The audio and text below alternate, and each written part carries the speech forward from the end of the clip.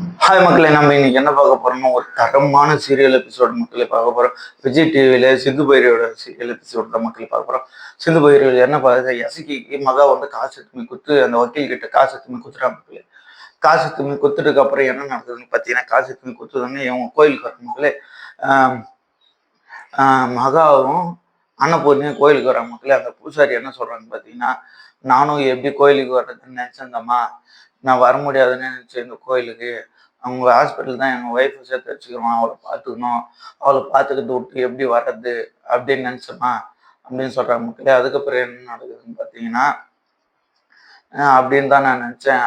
அப்புறம் உங்கள் மருமக சிந்து வந்து நான் பார்த்து ஐயரே நீங்கள் போயிட்டு பாருங்க, கோயிலுக்கு போங்க, நான் பார்த்துக்கிறேங்க, அந்த கேன்டீன் சாப்பாடும் நல்லா இருக்கும், நான் சாப்பாடு தரேன் அப்படின்னு சொல்லி சொன்னாங்க. நான் அதனால தான் நான் வந்துட்டேன்.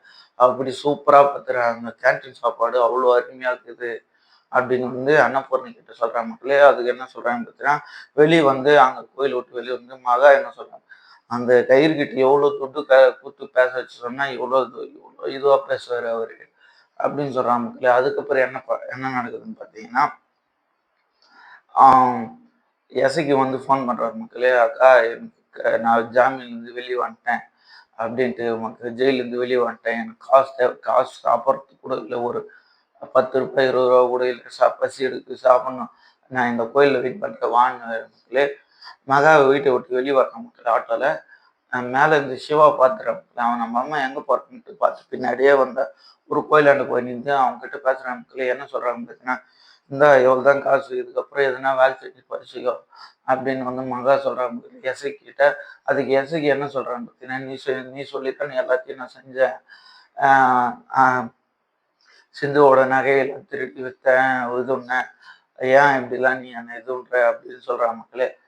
அதுக்கப்புறம் என்ன நடக்குதுன்னு பார்த்தீங்கன்னா, சரி நீ அதுக்கு என்னடா பண்ண சொல்கிற, என்னன்னு நான் கேட்குறப்பெல்லாம் காசு தானே, சரிடா அப்படின்னு சொல்லிட்டு போகிறாங்க மக்களே. அதுக்கப்புறம் என்ன நடக்குதுன்னு பார்த்தீங்கன்னா, இதெல்லாம் கொஞ்சம் சிவா பார்த்துறாங்க மக்களே. சிவா பார்த்துட்டு எசைக்கு சரியான அடி ஆச்சு, நீ ஏன்டா இப்படிலாம் பண்ண, சரியான அடி வச்சு இது பண்ணுறாங்க மக்களே.